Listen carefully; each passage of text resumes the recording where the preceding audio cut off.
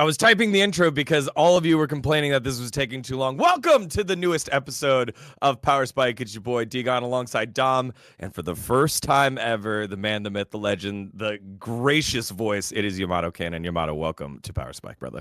Thank you very much. It's an extreme honor, you know. It's like MonteCristo. Like I have so much history with Monty. Back in 2015, he told me never stop coaching, and it was something that was always in the back of my mind, which is ironic because now at the point where I told him again, bro, I have to stop coaching. He says, I understand. Don't worry. it feels good to be here.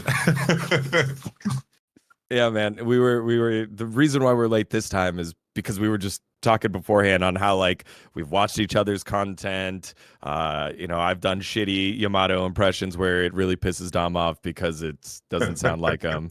And now we're the sack light. That's what we're calling it for today, and we're gonna test this one out. But it'll be a lot of fun. What is the thing that you want to bring the most to Power Spike here, Yamato? Holy, that's such a big question. I just want to talk League of Legends, bro. Like, just throw me a ball and I'll just hit it as hard as I can. It's like I want to hype up my boys in LPL. It's like I've been doing, Dom has inspired me to fight the narratives that are echoed all over the world so loudly that don't make sense.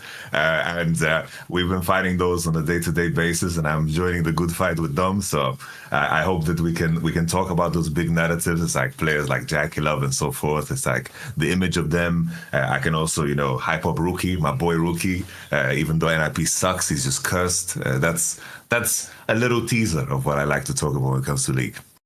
There we go. Dom, how was your week, brother? My week was good. Took some time off. Then I just started with LPL, and it was just smooth sailing, bro. I'm always hyped for LPL, man. I like watching the league. Even when I watch the most horrible matches like today, RNG versus OMG, I still just love how active the league is, Like the fact that there's just no breaks for somebody like me, essentially no breaks in the league. It's just so good, man. Like every day. I think breaks are something that kind of kill my enjoyment sometimes. Like I really wish that LCS continued because I was pretty hype on that. But for me, it's always good to just see a lot of pro league, and there's a certain type of desperation that LPL has that you don't see elsewhere. So yeah, I enjoyed it a lot. Yeah, definitely. Well, it's going to be a lot of fun, y'all, with Yamato on here. If you did not know already, Monty is starting to take a step back to run larger operations for LFN. He'll still be around in some sort of capacity, but it's the newest evolution. That's what it is. The newest evolution of Power Spike with Yamato here. It's going to be a lot of fun. Can't wait to pick his brain, hear his unique ways of telling stories, and having like just a plethora of experiences throughout his multiple roles across multiple different teams, across multiple different star power rosters. It's going to be a lot of fun together. Thank you, Yamato, for joining us, brother. It's exciting, man.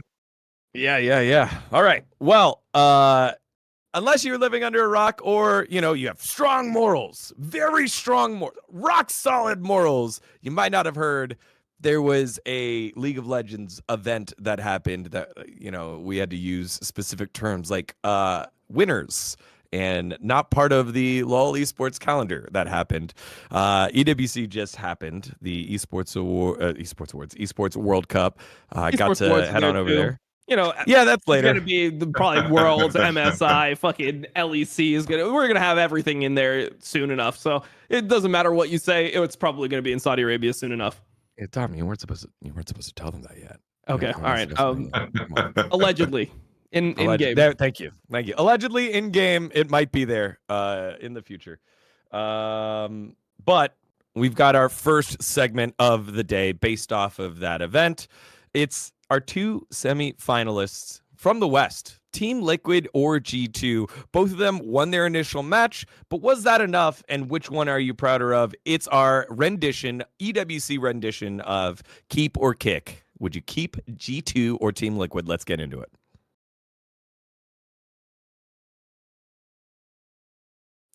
All right, Yamato, I'm going to throw this one to you first. All right. And you can set the table based on what was expected, who they played, and how they went out, and what you weigh all of those. Because some people might just say, yeah, one team got rolled, or they had the easier side of the bracket, and that's more important to them. So who would you keep, who would you kick between G2 and Liquid?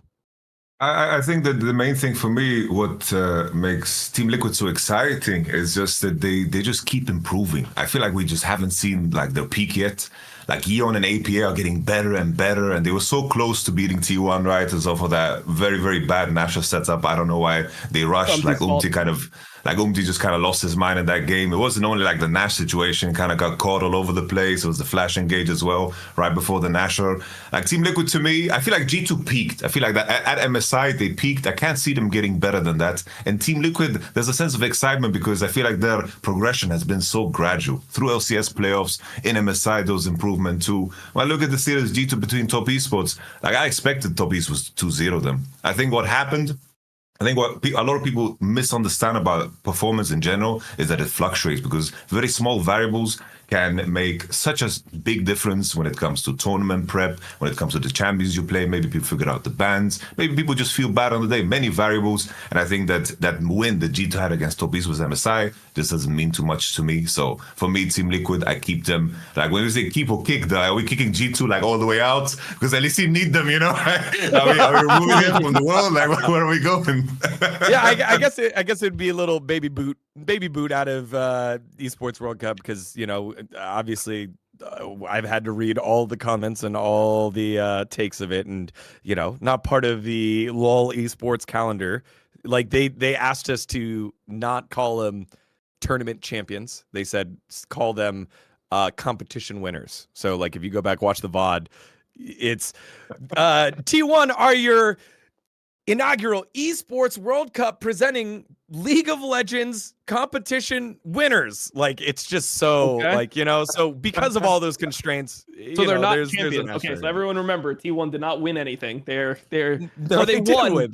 They won, but they're not champions. All right. There you go. Yeah, because that makes the difference. There you go. Clean. Dom, what do you have here? Where are you taking this one? I think G2. The thing for me about G2 is that it feels like they just really have not adapted to this meta at all. When I watch them play, you look at their drafts and it's like only AD junglers pretty much, or it's like Sejuani, maybe like some Maokai or something like that. They just don't play the meta. And you'd think that with Yike as a jungler, somebody who played so much Lilia previously, he would love this type of meta. I mean, I feel like at his core, he is a farming carry jungler. That is what Yike is really good at, but it doesn't seem like they've adapted well at all.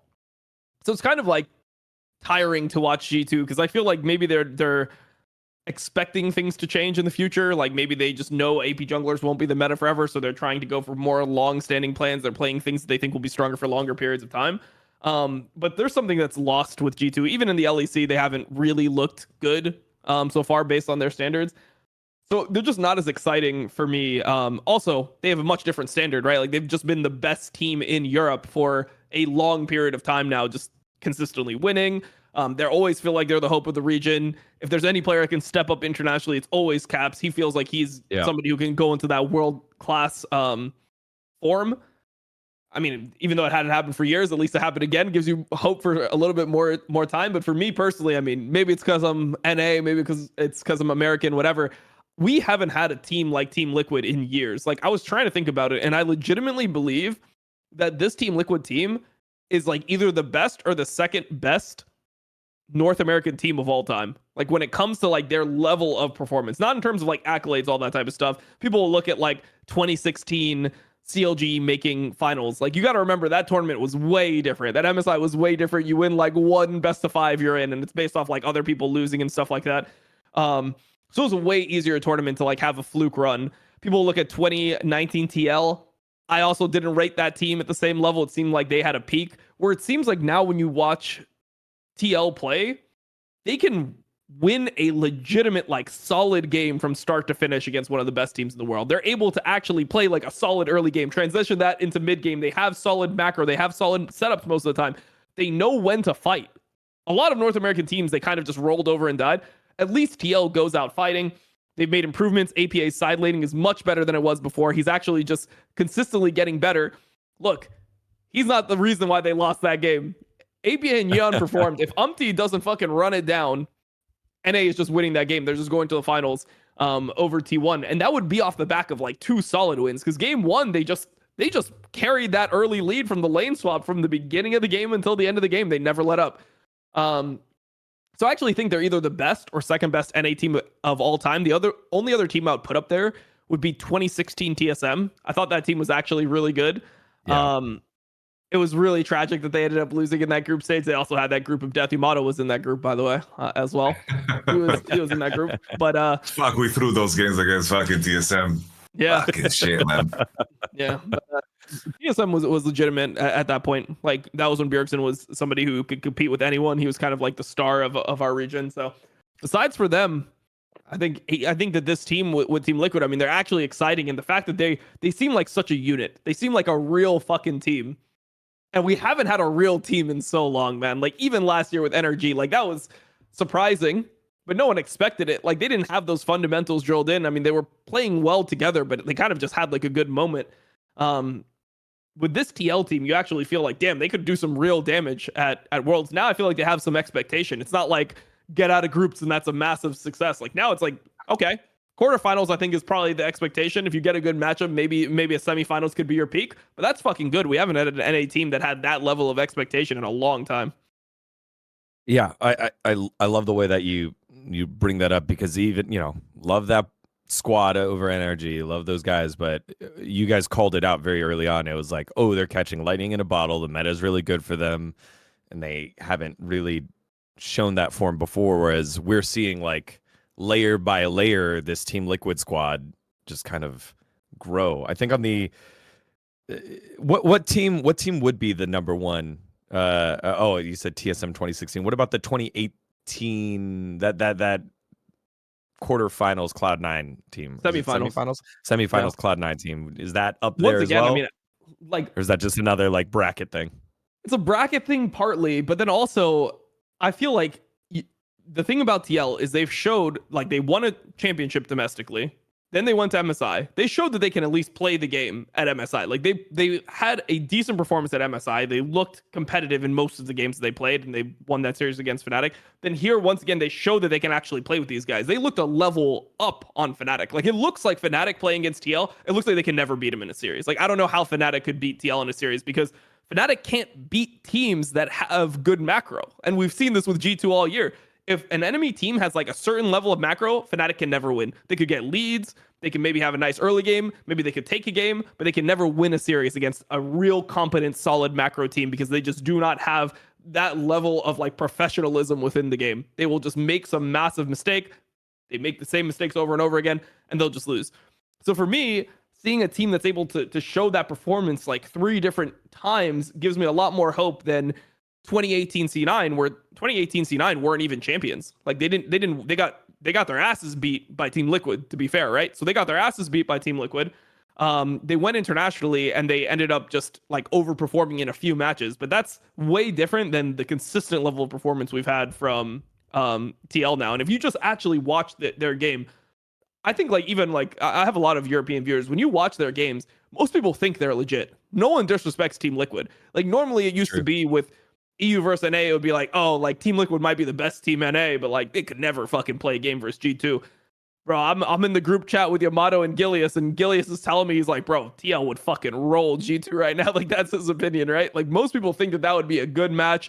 It would be competitive. Maybe TL's in better form right now. Maybe G2 has a higher peak, potential peak. But like this is now a conversation where before it was always just kind of hoping that the right things happened for a North American team. And just to add, if it's possible, in regards to like past teams, I think always the element that I felt in regards to North American teams, I think that a lot of the teams that were good out of North America were designed to win North America. Like the Team Liquid era was always a question of like they are very, very good at playing scaling games, and then they're going to always like win out those games. It's like C9, their 2018 round. We were also in the group with them. It's like we threw 10K gold leads. It's like they fluked their way into, of course, the Freak of Freaks matchup, which this was 2018 was one of the worst years ever for Korea, right? 2018 followed by 2019 as well. It's like KT had that IG series, but whatever. It's like Africa was very weak, and they managed to get to semis against Fnatic, where they got completely stomped too. I think just to add to the point, it's like Team Liquid, I feel like what's so cool about them is like, especially watching Eon from last year, it's like APA, I gave him a pass because he's playing with like a team that speak full Korean, and he's just like jumping in middle of the split, and it made this team go to the World Championship with the help above everybody else. Eon, I always thought, I was like, this guy should go together with Harry. And then after speaking to Coach JJ, it's like I had a conversation with him. He said that he saw this in him all along and never wanted to let him go. It's like he saw in terms of his practice and his work ethic and his potential, this dangerous word, that he had it in him. And I think that when you look at Team Liquid now measure themselves against like good teams, I think you see that through the lane phase, they can make it through. That's always like the litmus test. It's like lane phase, how are you going to actually manage? Are you going to have flaws in the meta? Right now, APA is looking fucking solid. He plays the Tristana well, Corki well, and then after those layers are peeled, he plays his Ziggs and he just carries games on it. It's wonderful to see. And then the extension, always, when it came to international events, it's like always the Korean and the Chinese teams, the Western teams needed to beat them like 2-3 times within the game in order to win, because always there came a point it's like, oh, the Drake setup, they're off, they don't have all the steps in. And now Team Liquid, it's like a 3K gold lead. You kind of trust them to take the game away with that. And I think that just puts them in a completely different frame for me. Like Team Liquid is legit as fuck. Yeah, you brought up a great point in terms of APA's champ pool, which is where I get worried for future iterations. Like, I think people forget his 1 year anniversary was during, I think, the semifinals against T1. Like, that was his 1 year anniversary of being a pro player. So yes, still young in his career, but this meta suits him pretty fucking well. What if we go to a mage like Orianna Syndra, Azir, meta? What if we go to an assassin meta? Like, that's, I think, where the next steps of questions will be, because this team quickly figured out the way to play around them is to let Jan sit in front and give every single Team Liquid and North American fan a heart attack and trust his hands, because they've shown as a team their hands work really good in the early game, which is why they left every single laning phase, or almost every single laning phase, with a lead, which was just, we never get that. We never get that in NA, and it's cool to be able to see that. We wouldn't be able to do this and pay Yamato's massive salary without our partners and friends. And our newest partner and friend joining us here at PowerSpike are our friends over at ExpressVPN. You know what's not fair? The fact that Netflix hides thousands of shows and movies from you based on your location, and then has the nerve to keep increasing their prices on you.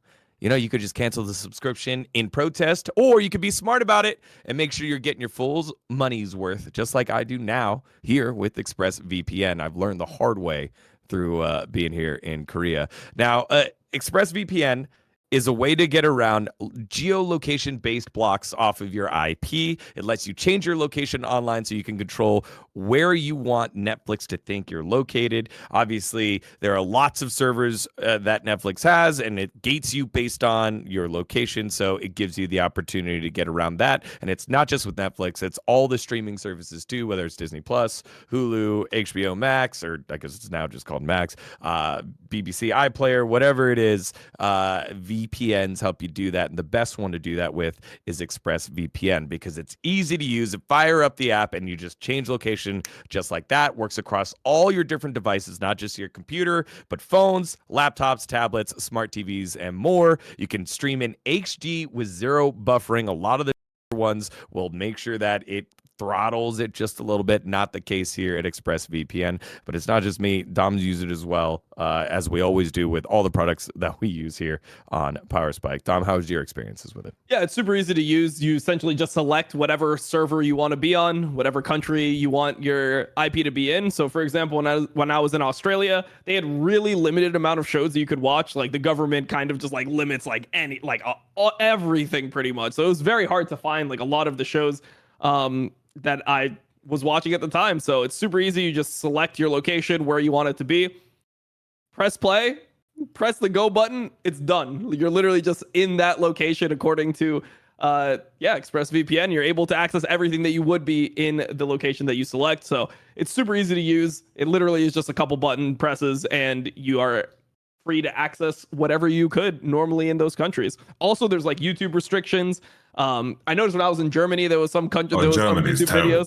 Yeah, in Germany, there's some YouTube videos that you just can't watch. It's just like restricted based off your country. Another thing that you can just do over on ExpressVPN. So yeah, just change your location, couple clicks of a button, works well. Boom, there you have it. Next thing you know, if you end up in another country where they possibly restrict your internet access and don't let you look at anything, Yep. we got you covered here. Get your money's worth at expressvpn.com/powerspike. Use the link expressvpn.com/powerspike to get an extra 3 months of ExpressVPN for free. And that, of course, helps us out here at Last Free Nation. Thanks to our friends over at ExpressVPN. And chat, while you're at it, please put claps in the chat for Yamato's first ad read there. Great job, Yamato. That was super good. I said Germany is terrible. Yeah, that's my contribution. Germany's terrible. Back up there with top. We're up and running, baby. Good job, Yamato. All right. Germany's rough, man. HBO shows, you can't get to them. There's like, everything is in German here. You can't get to it, man. HBO, Game of Thrones, the dragon thing. I need to start watching that. You can't get access to it. It's just done. Germany's rough, man. That's right. Yeah, that fucking dragon thing. Can't get to it unless you got ExpressVPN. All right, good job, Yamato. All right, so thanks to our friends over at ExpressVPN. And to your point from way earlier, Dom, of like this team feels like a team. We all eat lunch at the same hotel. The day after they lose, I go for lunch. And I get down and there's like 9 elevators in front of the fucking lunch place. And Core and Umpty and Spawn get out. And this is the next morning. It literally sounds like they just finished VOD reviewing and are still talking about the game. Like, these guys are just savants for improving. And their mindset towards coming into the tournament, and I would also extend this to FlyQuest as well, was to learn. It was just to learn. Like, Inspired was happy with the way that they played, even though they lost to G2. They were very happy with being able to go toe to toe with them in the world, the reigning champs, the world champs, and they can take that one away. Yamato, why is there now, I think, this shift away from, I guess, this level of growth and learning, or it feels like it is, from the LEC teams? What do you think has moved that away? And how do you think they can get it back? I think it comes down to, it's like from outside, it's always hard to judge, right? I think it's always, I feel like you can judge coaching and structure because like players are involved in the coaching too. It's like, I'm sure like on Team Liquid that Impact and Coach JJ are very, very involved in the process of improvements, because it kind of everything is symbiotic, right? It's like if you have players that are involved in the practice process and everyone's bought in, everything is easier. And I always do this thing where after events I speak to Roma in terms of how they do things, and like their reflection of the World Championship, the MSI, even though the results weren't the greatest, they were very happy that they managed to find like their personal peak in the tournament. They managed to make sure that everyone's healthy, they controlled the jet lag, like all of those processes in place that you put in place to make sure that your floor is as high as possible. I think G2 is a team that have some inconsistency in some of the players. I think Hansama is someone that stands out. Yak sometimes also stands out. I think it's a part of the element of them being a little bit more loose with their hands. I think Caps and Mickey are always looking for opportunities, and I think that elevated risk comes with mistakes too. And Team Liquid as well is a hallmark of a team that just has, a very, very high floor in terms of the performance. I think that's the thing that is the most impressive. But then when I look at the LEC, I think the one thing that stands out as a sore thumb, right, is just Fnatic, right? It's like they have every attribute of a team that is just poorly ran, poorly structured, because on one day, that these players can be good. They have talented players that can be good. It's like Humanoid has a high peak. June has shown that he has a high peak. Razork has a very high peak. But you walk into a match against Team Liquid, I was surprised the Fnatic fans were telling me that they're going to beat Team Liquid this time. I was not sold at all, because these are guys, when it comes to playing pressure-filled matches, they just look so bad. They look so bad. And we have some examples, like BDS, I think is a well-structured team. But then we have examples at the bottom where they are just kind of, I can't even explain what Rogue is doing or what like some of the other teams are doing, like Mad Lions is doing. I don't know what's going on there right now. They're just straight up on vacation, but maybe that's what's the mission. Hopefully it's they like do for that me, better than they play League of Legends. That's all I'm hoping for. they have a lot of practice, I guess. Like 9 games into vacation, 9 games into vacation, and now they're prepared for the ultimate vacation. But it's like coming back to your question. I think there's examples in the LEC of like good teams that have like a sense of improvement and growth. I think BDS G2 is fine for me, even though G2 probably have peaked out in terms of what the players can do.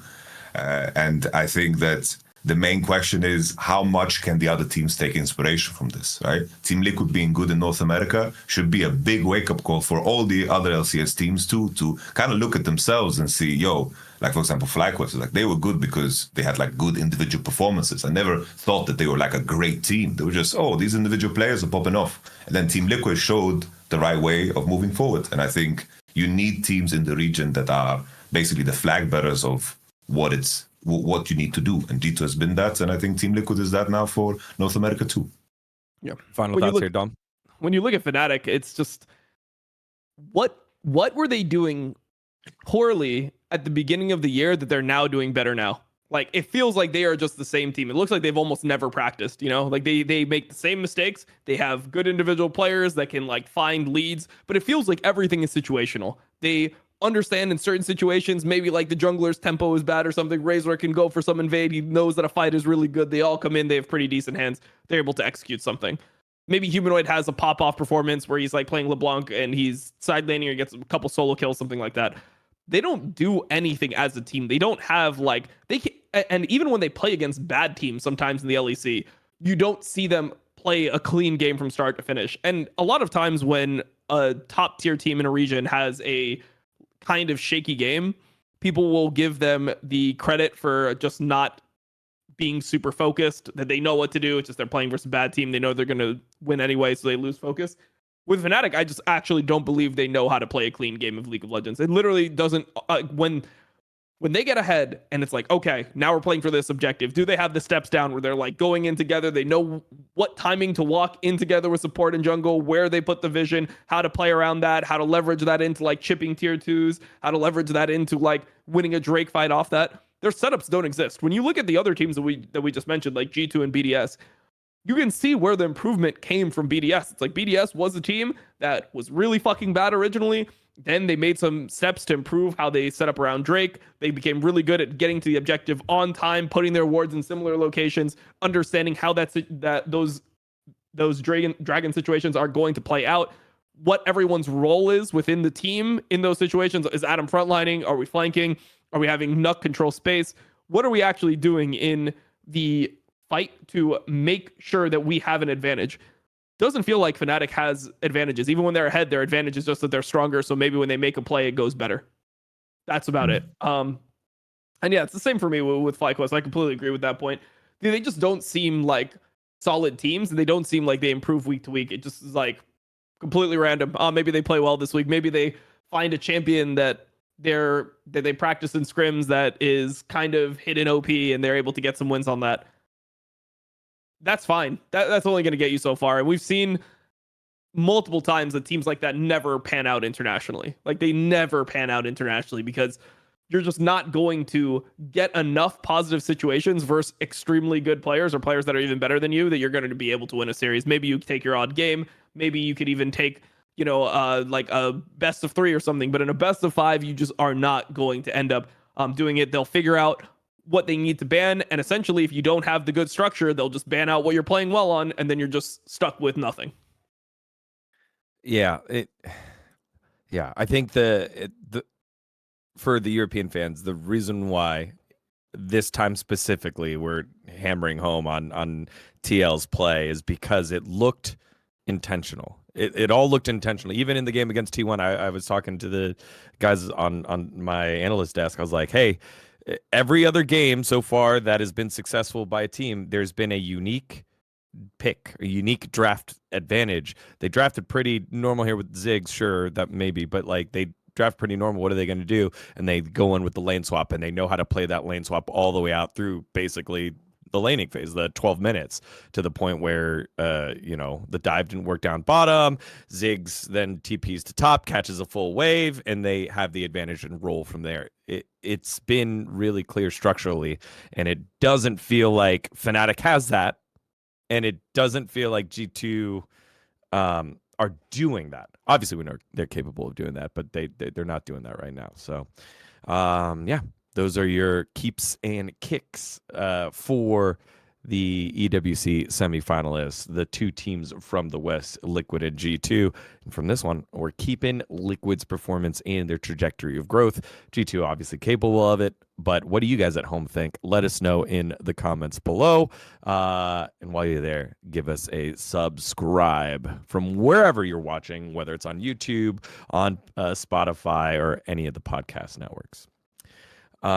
With that, I wanted to kind of throw Yamato into the conversation that I feel like we're having every week, Dom, but now we have Yamato here. Yamato, what is your guilty pleasure movie that you watch? Like, what is a guilty one? Dom came up He's a movie really guy too, good. by the way. Dom came up with Undercover Brother. Undercover Brother. Damn. Yep. Guilty pleasure movie. I think it's just Yeah. like I'm a bit of like an elitist when it comes to like my movie watching. It's like I am like the guy who checks IMDb, and for some reason that warps my opinion. So it's like I'm that type of person. You're one of those. But the movie I always come back to, which is it's a great movie. I always come back to Snatch. Like I've watched Snatch maybe like 50 times. I love Snatch. Just anything with cool dialogue, cool actors, just talking shit. I'm sold. You know, it's like movies like Snatch, Baby Driver, like in that direction. Just cool people talking cool language. I'm in. That's a good one, and that's a good way to put that one. The reason why I brought that up is because I tried to go through the comments from last week's episode, so a lot of love for the Undercover Brother shout out. One of our guys. I'll run it by the execs here at Last Free Nation, but if we use it, I'll get you something from Into the AM. New name for the Into the AM plug is Int to the AM. I think that one's pretty good. We can Okay. play there. All right. Let's see what else. G2 obviously supports the podcast. I don't know. They're gonna have pretty pointed comments this week after our keeper kick, but said good guy dGon sounding like a pilot ready to bring FlyQuest home on Friday night. Yep, that's true. My mic was made out of like, I don't know, the early 2000s Yamato, the last episode. It was not great. I knew it wasn't great because of the way that you were responding, but when I went to go listen to it back, I was like, holy shit, it does look like I'm at McDonald's and talking to you through the drive-through window. Yep. There was one more that I think. Sponsorship one step too far, man. Yeah, my bad, y'all. It is one of my favorites. There we go. I have to cover my bases. One of my favorites. But let's see. Is there one more? I think that was basically it. There are a couple comments on Monty's hatred for NA in there that you can go find yourself. Let us know in the comments below, and I'll get to you next week. But you know what you should get to if you are trying to learn a new language? Yamato, are you multilingual? How many languages do you know? I can speak 5. 4.5 is usually what I say because my Arabic is kind of off, but 4.5. Well, if you ever wanted to get another one in there, well, we've got a product for you and our friends at home that are watching. It's our friends over at Babbel. It's the best way to learn a language through immersion and all the different techniques that they've built in on there. Did you know that 1 out of 5 Americans have learned a new language on their bucket list? And if that's you, make 2024 the year that you finally check off the list. Fast forward to the end of 2024. Think about your goals. Think about what you would do right now to give yourself the best chance of succeeding, to be able to communicate with others and a whole nother language, a whole nother culture. Well, you can do that with their friends over at Babbel. Obviously, Esports World Cup brought together a lot of different people. I also ran into the Brazilian influencer Brucer. He's over with Loud. And he came up to me and he told me, hey, like all the Brazilian fans, anytime you're on, you look like a mixture of the two former player, Yoda, the former player, and Titan, the AD carry, I think was for Red Canids. And so they call me Yotin every time. Pain, I think now, right? Yeah, he's moved. And so they called me Yotin. And so he was like, hey, can you record a response to our fans on wherever, and he gave me what I was supposed to say. But because I've used Babbel and used Portuguese, Brazilian Portuguese, I got a little bit extra in there. It was like, bom dia, meus amigos, fond de Xiscadele. And I got that one in there. Oh my God, I got a shit ton of followers. And that is a true story thanks to our friends over at Babbel. So here's the special limited time deal for our listeners.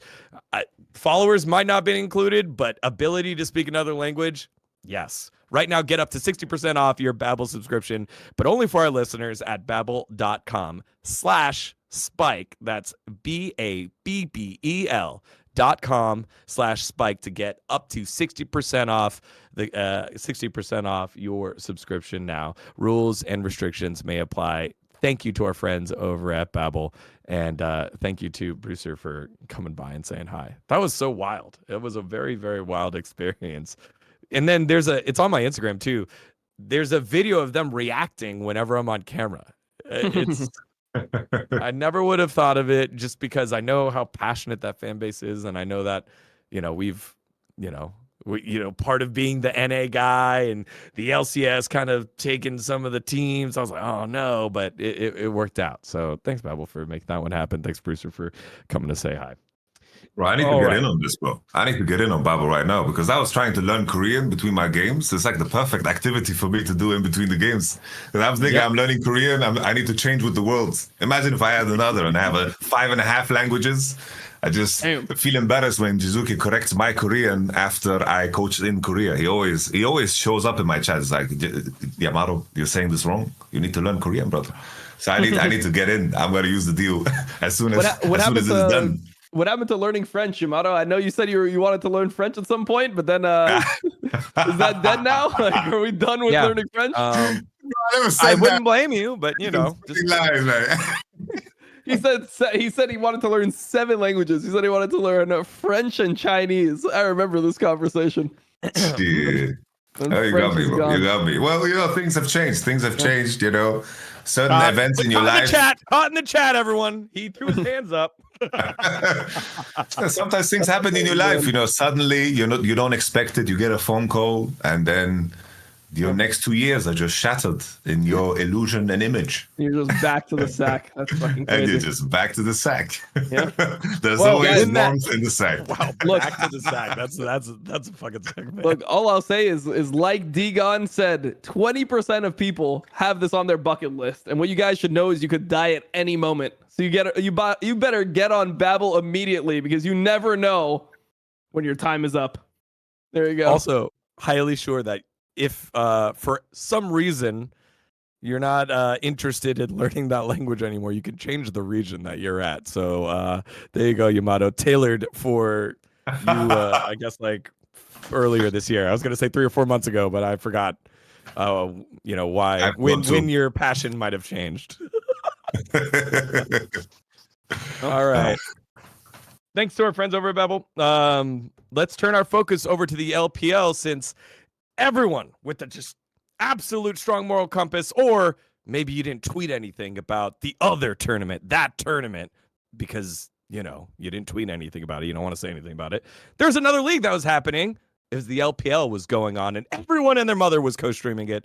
So let's get into it. High key, low key, no key. Which teams from the Ascend Group have the chance to win LPL? So this is the top half. Which ones have the opportunity to win the LPL? Let's rate them right now. Let's get into it.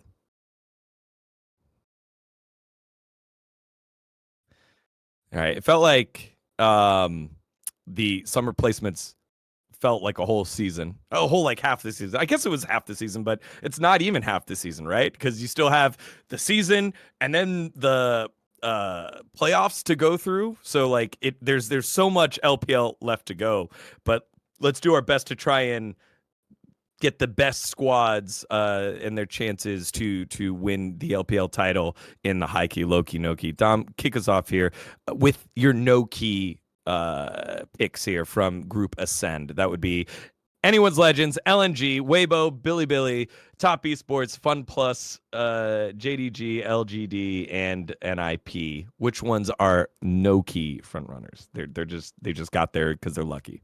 I mean, or they're in bad form. Dead in the water, I would say, would be like LGD, FPX, and I can't see NIP doing it. Like, there's fringe chances for the other ones, but FPX is just doomed. Like, we've seen it. I mean, they took a game off JDG today. Pretty fraudulent fluke game, I would say. You don't know what happened earlier this year. There was like drama between Xiaolahu and his manager. This drama led to Xiaolahu leaving the team house. Then there was the manager got fired. He came back. Now he's taking a break for mental health reasons. So they signed ZDZ. Just seems like that team has never been the same since. They used to have like a certain amount of poise and intention they played with. That team is just completely dead now. They just feel like it just looks like they're shattered, because the thing that was so interesting about them was like their teamwork, their bond. That's what they were, just like a vibe team where they would just show up to fights and they would just win and they would fight you all the time. They were so fun to watch, and now that's pretty much completely lost. So I'd say FPX is towards the bottom for me. LGD, I just think they don't have the tools. They're lucky to be in this group. They did take a series off VLG. I don't believe that it's something that mattered too much. It was once they were both already qualified, so there's no pressure on that match. I just think that team doesn't have the tools. Also, Birdall, guy's not it. I'm just not a fan of Birdall. I think he's just straight up bad. NIP is the other team I'm throwing in there, even though it is rookie. It's just tough to watch them play. It feels like they're not really improving. When I think about them as a team, their read on how the game is played is so far from what the other teams in LPL are doing. The champions they play well are like LeBlanc, Wukong for Aki. This is kind of what they're looking for. Gen.G never gets his champions anymore. Rumble Cassante is almost never getting those champions. If he gets it, he gets them in terrible spots. It just feels like this team doesn't have anything that's exciting about them. Their bot lane's also just kind of average, I would say. I would say that these three teams for me are my no key. I think that they're completely dead in the water. I agree fully, man. Where are you going? I agree fully, man. It's like LGD, I feel bad for them because I agree fully. Like they have two players that I think are solid, Meteor and Haishao. But it's like Burdo, I always say on stream, like, this guy just wants to go home. Like, it's so obvious he wants to go home. He does something about, he doesn't like the food, doesn't understand what his teammates are saying, something about how he plays, like, it's just looks so uninspired, you know. Like, he was like budget Zeus for a moment with his Yone pick, but couldn't really convert anything, which is crazy to me because there was a time, I don't remember which specific off-season, but Burdo and Zeus were both trainees, and we were considering importing one of them, and we were like looking at both, and it's like both of them were like playing Irelia and solo queue. It's like Zeus was more sought after in Korea, and like Burdo, there was maybe an opportunity where I could have brought Zeus over into the LEC and just ruined his career. There was a slight chance that would have happened. Nice. Burdo was also up in the air.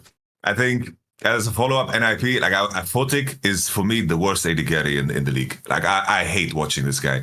I have so much love for Rookie. So whenever someone's wronging him, it's like Rookie is sitting on 8 MVPs. It's like when they win, it's because of him or Gen.G. Yep. Everyone else in that team, Aki and Photic in particular, like Photic, just there's nothing that makes me excited about how he plays. It's like the last series they played, he had to use Flash just once against like a Yone comboing in. He would have decided the whole game, refused to flash, lost the whole game. And that's just Photic in a nutshell. It's just like, just suffering for Rookie. I don't know what he did. I don't know like what kind of a monkey paw that he got a wish from to win the World Championship in 2018 and then just be suffering for all eternity. And it's like, it also drives me insane that Wayward is playing better this year in comparison to last year because that was Rookie's opportunity. But enough on the Rookie rant. Following up with FPX, the drama, I think what Dom mentioned is so true. It's very clear. I think in terms of the meta, what it is, Care playing Tristana or like Koki, it's like today he was given 4 kills and it was barely noticeable that he had them. Him playing carries is just not it. I think the magic of what Milky Way managed to accomplish was through the buy-in of everybody. It's like Kay was playing Annie, Nico. Like if they just try to make themselves unique in the league instead of following what everyone else is doing, maybe, just maybe, they can do some damage, like buy into that idea again. Because I think Life should just play champions that have no presence at all. Like if he should play champions that have 1% pick rate, and then he's better. When he's playing standard shit, when he's like locking in Braum, I'm like, where is this guy going? Just let him play Pyke, let him play the Rumble, like let him be goofy, and I think it would be a lot better. I think in terms of that identity, playing AD mids for FPX, it just doesn't doesn't look good. And I think Milky Way, what he did in spring, I think that was it happened so often, so it couldn't be a fluke, but it was just a connection of like, oh, he just survived with 1 HP and got a double kill, and then he just did that game after game after game after game. And they kind of remind me of what Unicorns of Love used to be like in the past. I remember playing against Unicorns of Love in 2015, 2016. Always I was like, these guys are so ass, but they are winning. What are they doing? Hilly is ganking top lane minute 3. Hibichi Charge is slip pushing. They find some crazy engage. Exile is playing Cassidy. It's like, fuck this team. I hate these guys. And FPX is kind of like in that same box, but they've lost their soul, as Dom said. They've lost their soul completely.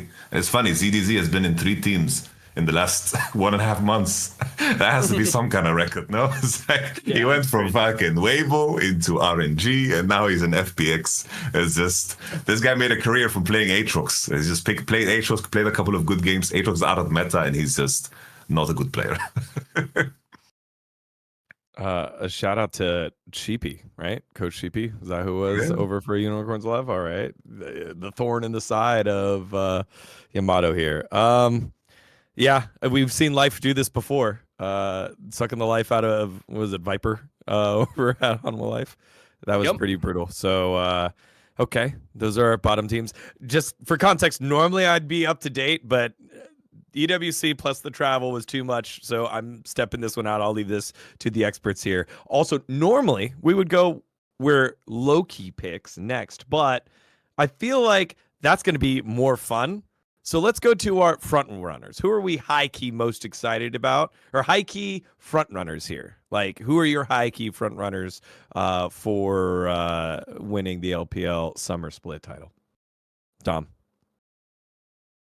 So I'm going to actually sneak a team into my high-key, and I think Yamato knows who it is.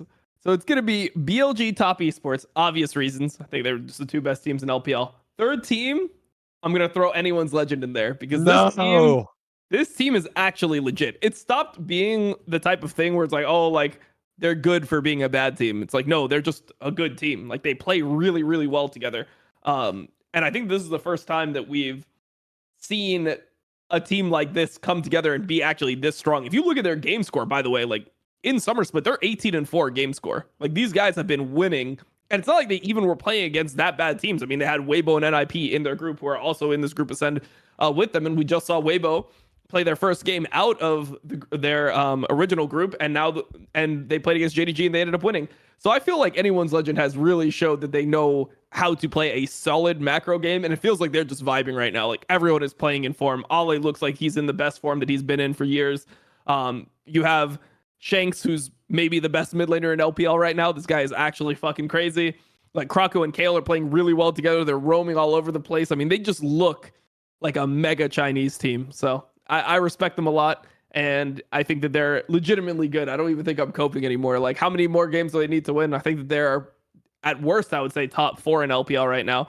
And with JDG's current form, I'll give them 3rd place.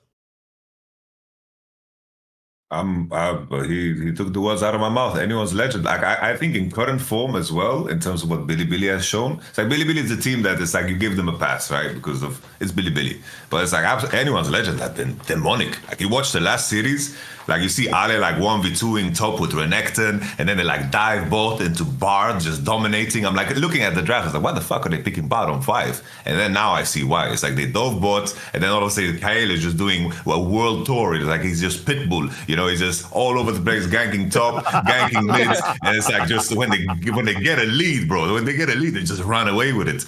It's like it's a team that is very complete. It's like usually it's like where you need to be able to measure yourself. It's like, do you have a top laner that can like compete with 369 and Bin? Yes, Ale is up there right now. He's performing super, super well. And then it's like Hope. Hope has had the unluckiest career of his life, right? It's like Hope got replaced by Viper. He got replaced by Ruler. And now he's on the team. Hopefully Jackie Love doesn't jump or something. Like someone's going to breathe down his neck and take his job. But he's performing super good too. I think this team is just super, super complete. I think Shanks in a carry meta, it's like, I feel like you can put mid laners in 2 categories. The ones that prefer to play Annie, Nico, TF, like the Cryans and the Cares, and then you have like the carry players that for example like Shanks, like it's just ton of performances. When he gets the lead, it is significant, and I like what I'm seeing from this team.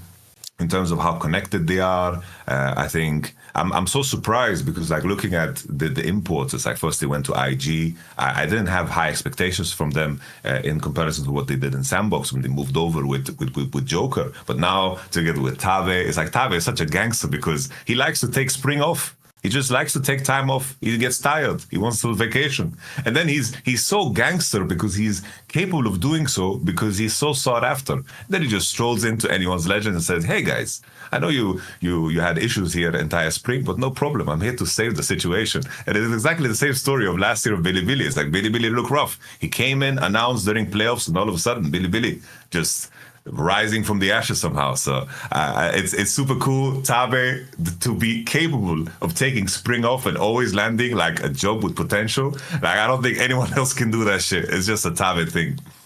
And it's so instant. Like the way that he coaches teams, you can literally see the team get smarter immediately. It's just the way that he has this setup. Like you can tell it's a Tabe team because of the way the team fights around vision. The thing is, Tabe is not the type of coach that wants to neuter a team. He's like, you want to fucking fight? You think it's like a good fight? Whatever. Take the fights that you think is good within the game. Just take the fights at reasonable times and set up reasonable vision beforehand. And if you want to fight around your own vision, that's fine. If you like think that this is a good idea to take it, like you feel like in the game we should be fighting this, he gives them the liberty to do that. It's just he instills like some amount of macro that a lot of these teams are missing. Like BLG was missing that macro. Like they had no idea how to take consistent winning fights. And now when you watch AL, you see the same type of trajectory where it's like now they are fighting still like psychopaths, but around things that make sense. Like they're playing on the right side of the map. They have the vision down in the right locations. And when the enemy team crosses into that line, when it crosses into their vision, they snap and they just like murder everyone. So I don't know. I love watching a team that plays above their expectation. And I feel like AL is that team. And just adding on to the, I guess, the legend that is Tabe, he is not coming in with any like large staff. He's an old school coach that does it himself, a la like Reaper-esque, kind of like, I don't want to speak too far out of my term because there is a larger structure over with Team Liquid, but kind of like Spawn, right? Spawn was, he's there with the analyst and with Dodo to help out, but he moved on up. It wasn't with a massive like cleaning of the house. Tabe's there. They brought up the academy coach at the beginning of the split, and boom, you could tell the difference that they've made. Who do you think has the best stylistic matchup against anyone's legends? Because obviously we're excited as this team is now going from dark horse to front runner, and how they're going to do as like a favorite playing against the best teams. Time will tell. But who matches up best from the other top teams here, Yamato? I think the main question for me is just like we have 14-14 coming up, right? And I think that's going to change the game like completely because we're moving away from like AP jungles, AD mids are changing. Like I want to see Shanks. Like Shanks before the AD mid meta, he was like the Azir guy. Like he played the mages. If it ever shifts in a position where all of a sudden you need to be very sharp and like 2v2 mid jungle or like skirmish heavy 3v3 bottom side, I think that's where like top esports, JDG and Billy Billy just have way more experience because of who their bot laners are, right? That's for me where like the biggest challenge will be if it ever shifts to the point where 3v3 bottom side is very, very contested and it's fight heavy, because that's what I think of. Like when I think of the top three from previously, what NIP was lacking was exactly that. It's like they didn't have the capacity to fight back there. And I think looking at Yagao, Knight, like these are players that are very experienced in a world where they can transfer pressure with the jungle and connect with the bottom side. So I think that will be like the test. Because always with LPL, I feel like standings shift always up and down because there's so many specialists. It's like a lot of the players that are recruited in like the bottom half of the teams are players that are very good at a select few champs. It's like when they play those champs, they can play at a very high level. When they're off those champs, all of a sudden they're just shitting the bed. And it comes from where they are practiced in terms of solo queue. And I think that's why the standings shift so much, because the meta shifts and all of a sudden some players slot in just better. So always with a team that is doing so well as Anyone Legends is how well will they land after the meta shift, because the teams that have longevity manage those things super, super well. And I think if the meta moves in a bot lane, 3v3, 2v2 mid, transfer it to the bottom side, that will be like the ultimate test in my mind.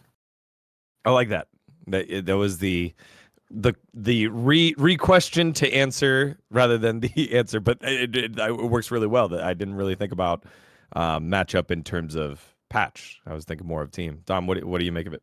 I mean, I would say Top Esports sounds like a team that they would struggle with, because if I were to say what's the weakness of anyone's legend right now, I think their bot lane 2v2 is not specifically strong. Like, they can fall behind in bot lane 2v2 pretty easily. I think that they're a team that wants to move around. They want to play with support and jungle on the map, and they want to kind of have like Hope farm do his thing, play like 1v1 almost, like have both supports leave the lane. You leave Hope 1v1 with the enemy, AD carry, and see if he can like mechanics check them, something like that. I think in 2v2 they're not that strong, and Jackie Love Mako I think would be a pretty big issue for them. So if I were to pick a team, I would say Top Esports sounds like the stylistic counter to anyone's legend.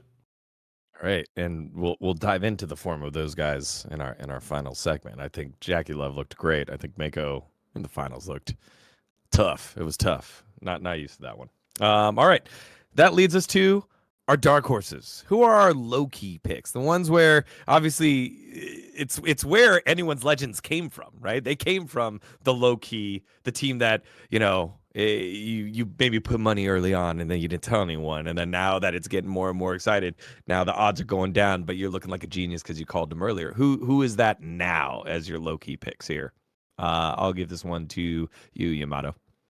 I think the two that stand out, because it has to be LNG and Weibo Gaming, but they are so weird. It's like they are mysteries. They are just mysteries. Like every time you watch LNG, it's like the last series. I liked what I saw from Zika. That was like Zika from last year. They give us like glimpses of what they can be capable of. I think LNG, I think LNG and Weibo Gaming are two teams that can definitely benefit from a patch change, a meta shift, because they've been stuck in the same kind of process for a long time. I think LNG as a team, when I watch them play, I can't even count on my hands in this split or in even specifically in this split where I'm watching the first 10 minutes of the game. I was like, wow, are they back? Are they back? Oh, 15 minutes in. Oh, are they back? And then there's just a big slap. No, Scout gets caught on the mid turret, dies. Someone follows up. Someone dies. It's like, what the hell just happened? It's like, bro, it's like I'm just getting lured in by like the woman in the red dress, in the Matrix. I'm like, ooh, it looks good. And then all of a sudden, boom, headshot. I'm gone. And it's always been that twist. But the last series brings me hope. Zika played super good. There were some moments that kind of they slipped up. But this is a roster with fantastic players. And I think you can say the same thing for Weibo. It's like they beat JDG, even though JDG is looking kind of shaky right now, I think. It's like Ruler's performance wasn't good. I think Missing's playing kind of ass. But it's like you have to take those wins, for what they are. Because Weibo as well, I think they have a strong, decent roster.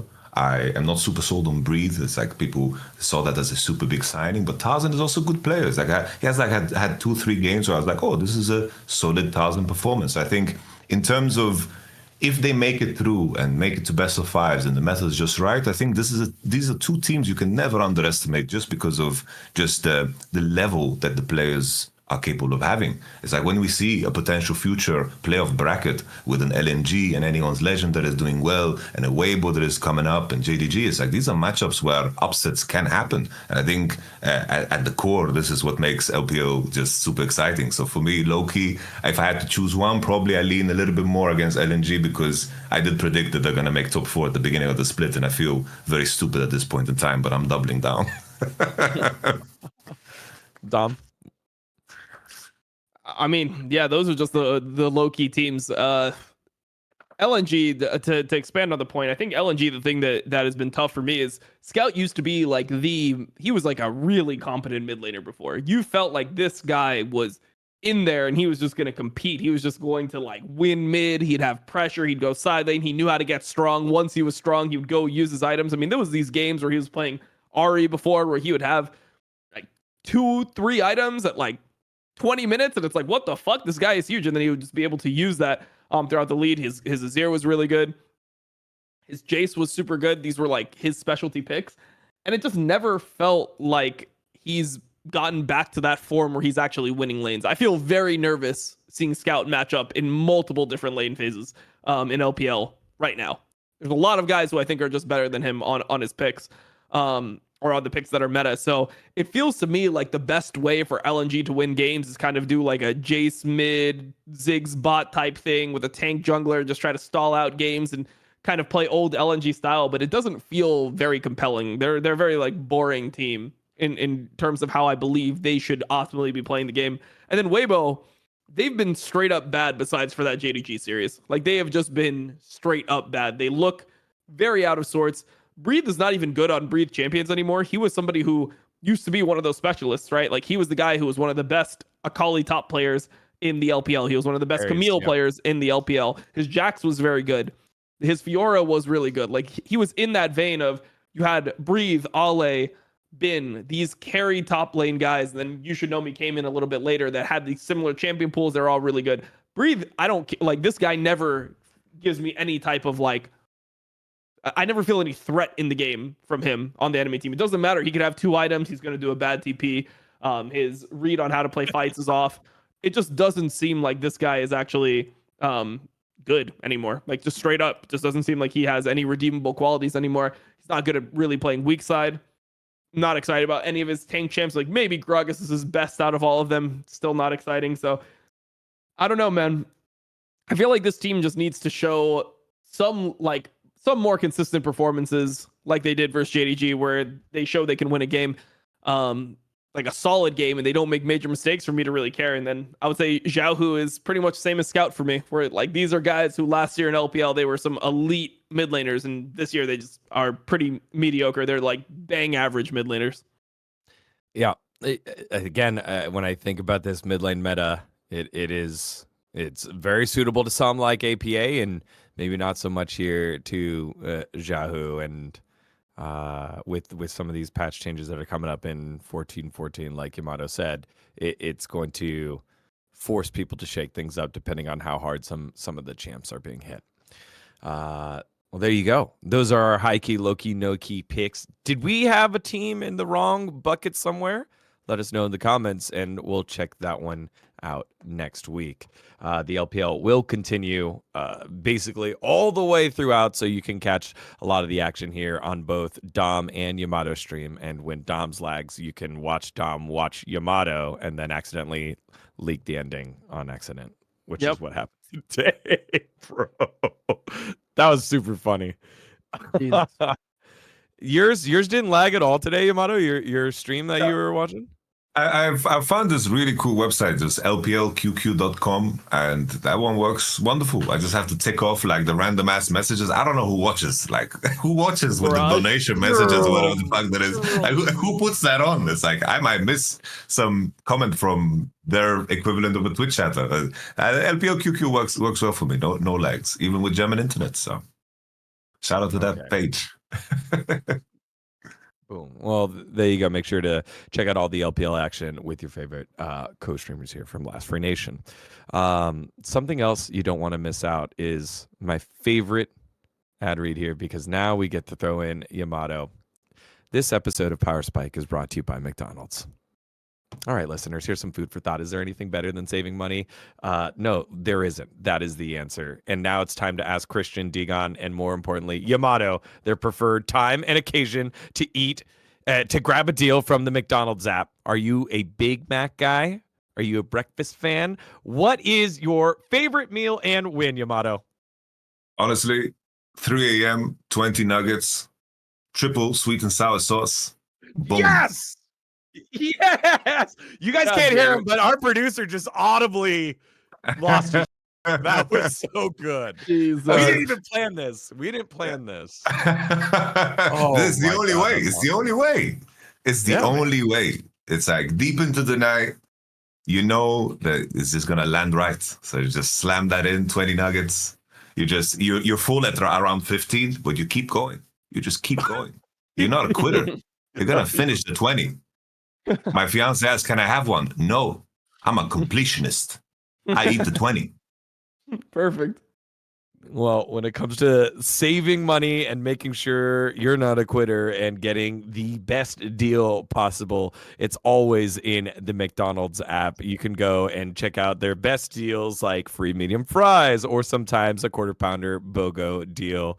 Maybe there's some deals with the 10 piece and you can do the double 10 piece to make it 20. Maybe there's a 20 piece that goes to 40 depending on how hungry you are. If you're eating for two, or maybe your heart is as big as you could share for two, but you're still by yourself. That one was me. That was talking about me on that one. Let's see. MC. Oh, I guess share your comments on what your favorite one is here. Christian. It says Christian, and it messed up my mind here, Dom. I'm sorry. What have you tried anything new recently from the app here, Dom? No, I haven't, but I like looked through it and I was like, oh, they have the wraps back. Like I would be down for like a little chicken, like a little crispy chicken wrap. I remember those used to bang, so I'm down for some chicken wraps. I think there was like some combo that I saw on the app, so I'll be trying that next time. I'm normally a Big Mac guy, I keep it standard. Always like the Big Mac sauce, so I'm a Big Mac. Normally, just give me like the number one, whatever. But yeah, like that is my new thing. Maybe if I want to feel a little bit healthier, I'll go for a crispy chicken wrap. Boom. There you have it. Twitch chat, for those of you that are watching, thousands of you watching right now, because Yamato just weighed in on the millions, 1.1 million to be exact. For those of you that are watching, and Yamato just weighed in the dipping sauce war. What sauce are you right now? Type it in. If you're watching, pause the video, put it in the comments right now, and then rate the other ones, like where they're at. But what sauce are you? Because Yamato is part of the triple sweet and sour supremacy. I have to add, though. It's just because I'm in Germany. Germany, we have limited sauces. Because in Sweden, we have béarnaise sauce, and that one pops off. But I've only found it in Sweden. So, rare Swedish trick. Béarnaise sauce. Damn, it goes hard. Very good. It's like a French sauce, béarnaise. I don't know what's in it. It's like egg and butter and fat and just an nice. just an There's no other way to. It's like you get around your mouth and you just you feel you're in the zone.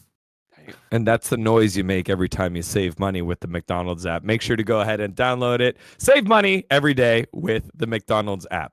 Bernays. That one was all Yamato. There we go. Boom. Done. Thank you, Yamato. You're a fucking pro already. All right. Last one. Last piece of content that we have served up for you. We'll talk around it a little bit. I'm gonna try to make sure I share what I want to share here appropriately. Our Galaxy Brain Club talk has to be about the event that's paused the LoL esports calendar. It's the one I just came back from and hosted, which was a lot of fun. It's the EWC, the Esports World Cup. So we'll dive into it and talk about a lot of things, maybe not everything, but a lot of things here. The event itself, the matches, what we learned, the players, the teams, the regions. All right, let's get into it. Our Galaxy Brain Club, EWC.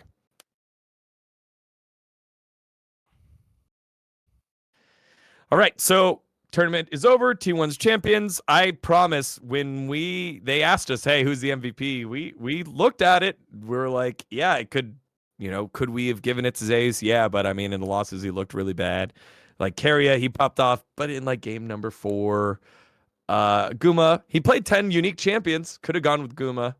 Owner was like, I think good, but man, it is always so crazy that in these high pressure moments, Faker finds yet another way to turn it on to another gear, and he does it again. He wins the MVP. They had like a AI thing, a bust of his face there, but they had it for all the players. I was like, there's no way we're just going to use the Faker one, right? There's no way that it happens. Like when I saw them doing rehearsal, and lo and behold, the GOAT proves it yet again. So that was just one piece of content there about EWC and one of my thoughts about it. What is your take about the play from the tournament, the teams that were there? Was it worth it? Yamato, let's start with you on this one.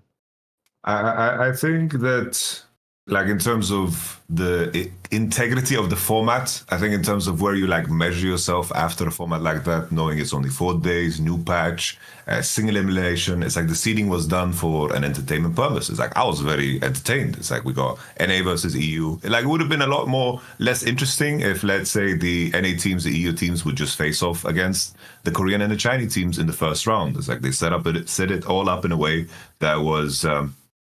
For max entertainment purpose, because I can imagine for like top esports, like they walk in first round Gen.G, it's like they won, but walking into that, it must have been super scary. It must have felt kind of bad, but it was kind of refreshing to have the tournament just be done like after just a week of play.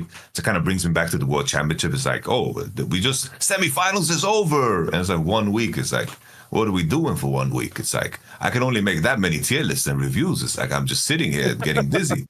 As I like the fact that it was quick and easy. I think in terms of what you can like take away in terms of level of play, I feel like in terms of like the players peaking, I think you just couldn't really expect this. It's like we had moments of brilliance where on the day players performed good, but I never felt like there was like a dance between two teams where like, oh, this is two teams playing their absolute best. Like I never felt like that. It's like Tobias played really well on the Gen.G day, but Gen.G kind of underperformed. And it's like the finals, I feel like T1 played super, super well.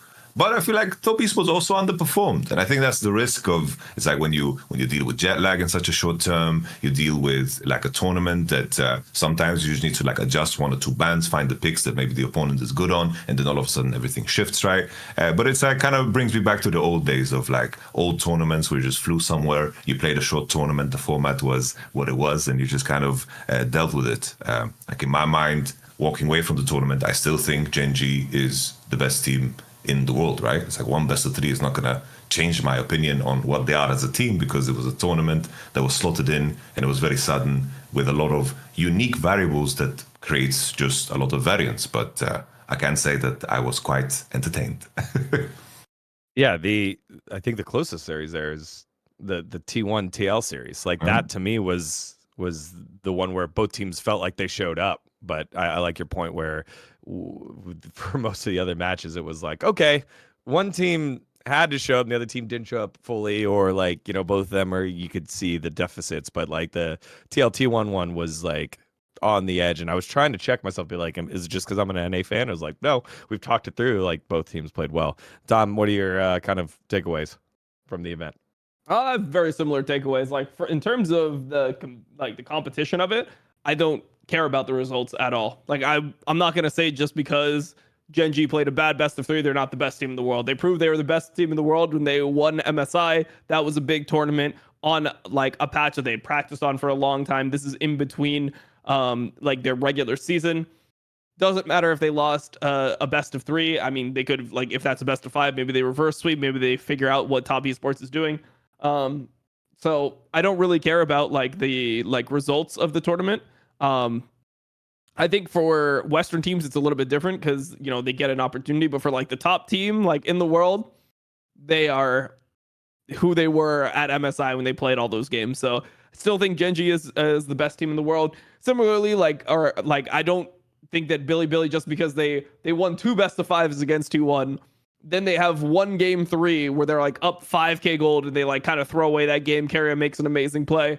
They lose that game. I'm not going to say like, oh, Billy is completely fucked now either. I think that going into Worlds or when we get back to LCK, I think Gen.G is still whooping some ass in LCK. I think they're coming back. They're just going to continue bulldozing everyone. I still think they're going to be the best team. I think they'll win LCK and all that stuff. And I think they'll be the favorite going into Worlds. So that's my main takeaway is like in terms of the competition, the competitive integrity, I care way more about MSI and stuff than I do about the EWC. Feel like I needed you to talk some sense into me before the LCK asked me for my predictions this week. I was feeling spicy and I was like, what if? And it's mainly because I'm a Kwangdong Freeze fan, but what if, because they're playing Gen.G first, there's a little bit of a hangover here. What if? And so I have Kwangdong Freaks beating Gen.G, mainly because I got to start getting some upset picks to catch up to Chronicler, who's just crushing everyone. Yep. Yeah, so that's a sneaky one. But I think those are very, very solid points. Another thing that was kind of discussed because Wolf, friend of Last Free Nation, part of the Wolf and Monty show, was on the call for the Gen.G game. He threw out the line, "This will be a brick in Gen.G's Golden Road." And it started the conversation on like, does this ruin Golden Road? I'm highly sure all three of us are aligned here, but like, just need to have this conversation because people were upset about it. T1 fans were like, not Golden Road. You know, LPL fans, not Golden Road. Does this loss matter to the Golden Road conversation that Gen.G are on? Just Only if you're a to T1 fan. yes. Yeah, pretty much. I wanted to break down the lore because it's like the Golden Road comes from the Grand Slam in tennis, right? And the 4 tournaments that are part of the Grand Slam are open tournaments. It's the Australian Open, it's Wimbledon, it's the US Open, and then it's the French Open. They're all open. It's not like some invite only out of sorts. It's like these 4 tournaments, you win them all in a year, the Grand Slam. And if there is a world where, let's say next year, we know for sure. It's like if you qualify to MSI, you also play EWC during this date, during this patch, maybe we'll view it different. But in the essence of what the EWC wanted to be, it's like the most entertaining tournament possible. Let's imagine a world where T1, Gen.G, and Bilibili Top Esports didn't go to MSI. EWC would be so incentivized to still invite T1 to the tournament because Faker is the most marketable player of all time, right? It's like you want to have his face plastered on fucking everything. So maybe in a world where MSI wouldn't have been such a success in terms of sending like the most popular teams, probably it's like Jackie Love, Knight. It's like if the Shy snuck in somehow, then it's like you would have like all the most popular players playing at the event, right? And maybe in a world where that wouldn't be the case, maybe they would have invited invited everybody differently. So in my mind, as long as that's the case, it's an invite only mid-split and it doesn't follow like the rules. So it's not even on the LoL Esports site. It's not a part of the circuit. We don't know what the future of this tournament is. We don't know anything because maybe next year they invite different teams. Maybe they do something different. Maybe altogether, maybe it just won't be there anymore. Who knows?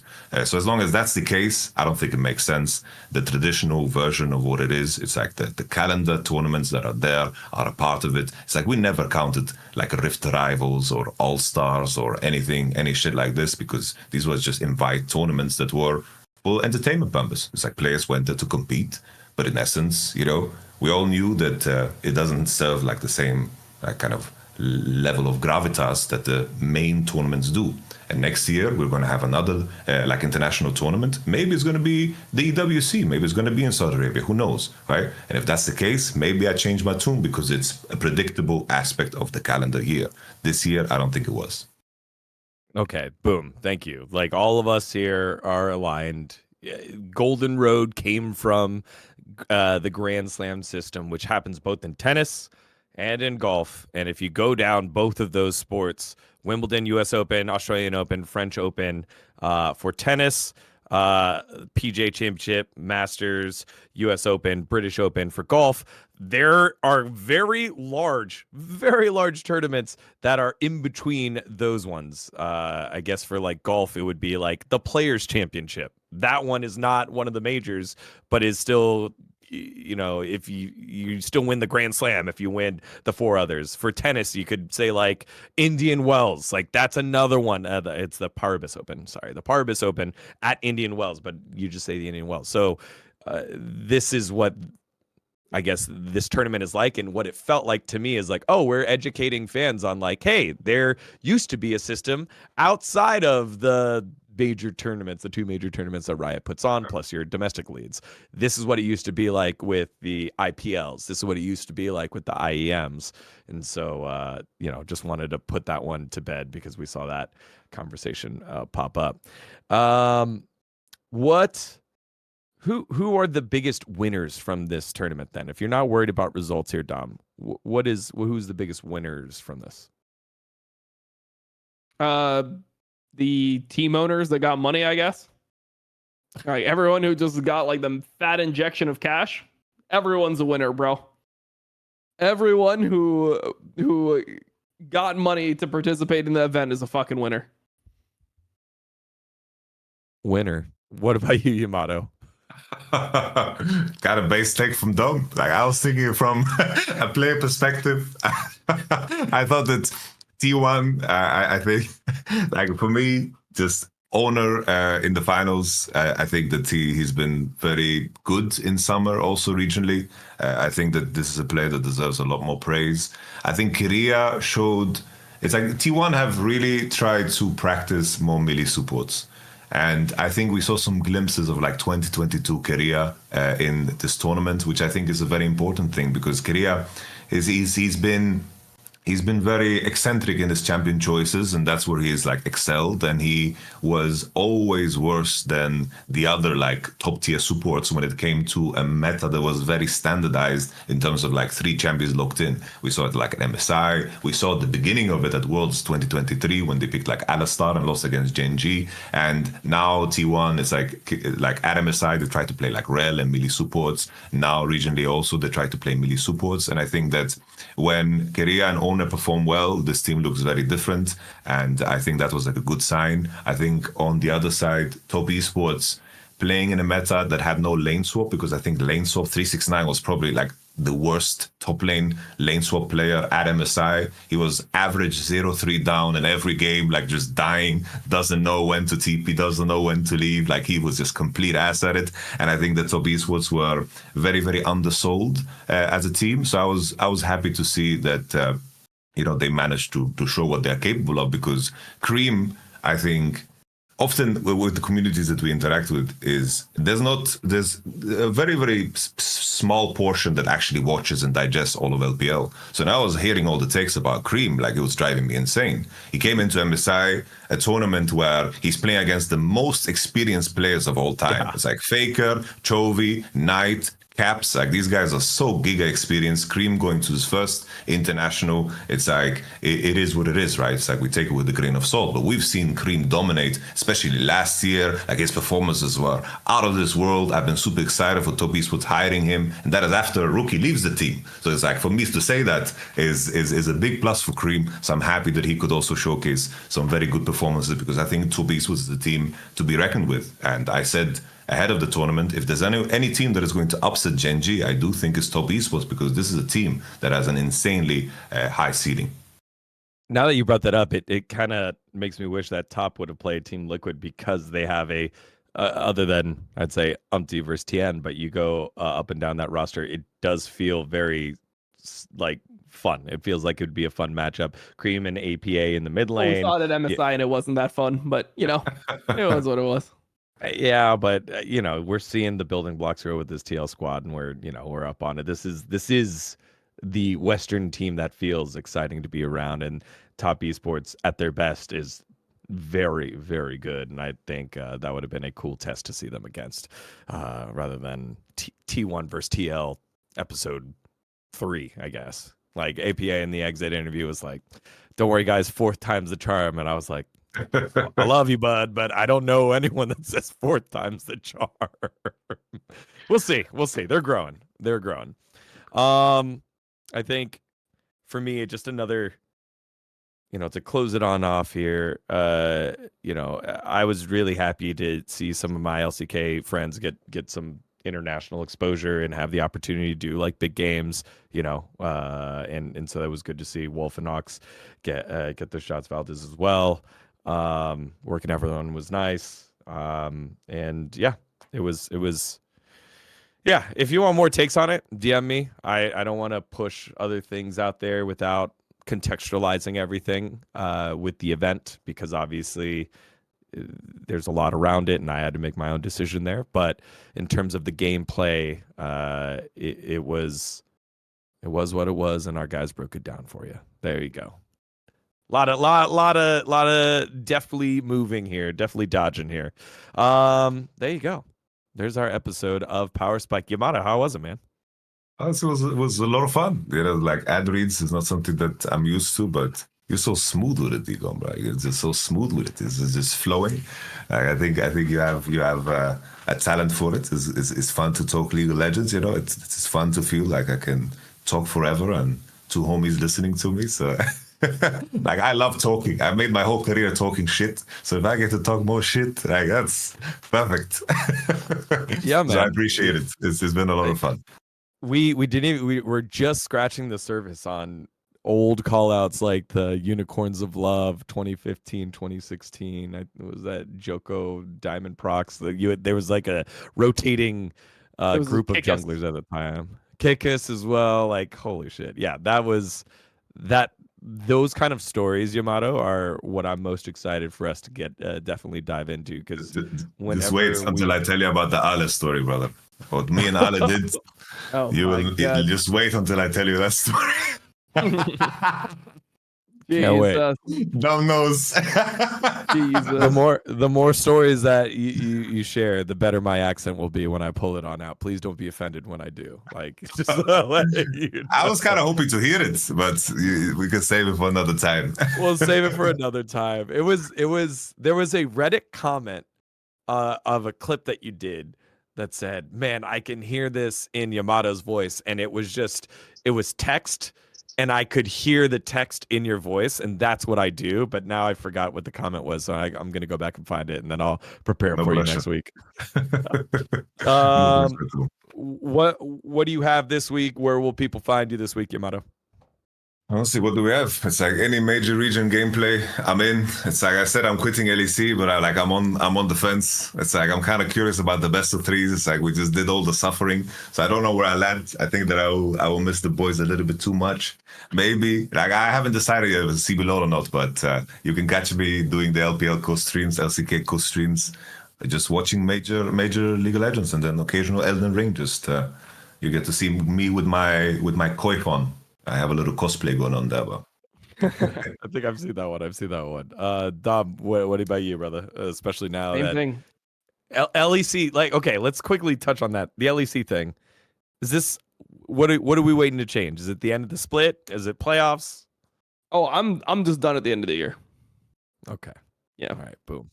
Yeah. So like I'm finishing. I'm a completionist, right? So like LEC, I will finish out the year. There's not that much left, right? Yeah. We've got some best of threes, and then probably like 11 best of fives, and the year is over. So I'm done after that. It was a good run, LEC, but yeah, I just don't enjoy watching the region anymore. I'm not super interested in the teams. I only really like G2 at this point. So what's the point of watching? You know, I'll just catch them internationally, and that'll be it. I see. So Dom's gonna finish the season. Yamato won't, but let me tell you, put a box of 20 chicken nuggets in front of him, he's gonna crush the shit out of that one. Damn. Exclamation point McDonald's. All right, and you'll see me over at LCK. I'll be on all week. Wednesdays and Saturday shows have the longer pre-show where we tee up stuff, and I throw out so many references. It's so much fun. I'm very happy to be on there with those guys, and happy to give a little representation of LFN on one of the official broadcasts. So again, thank you all so much for watching. Make sure you like and subscribe. Take the time to comment, because it really, it makes you part of this community. If you haven't already, join the Discord, and we appreciate all of your time spent with us. It's crazy that we get to do this as a job, and now it's even crazier that I get to spend time with Yamato and Dom even more. So thank you so much for watching. We'll catch you guys next episode. See ya.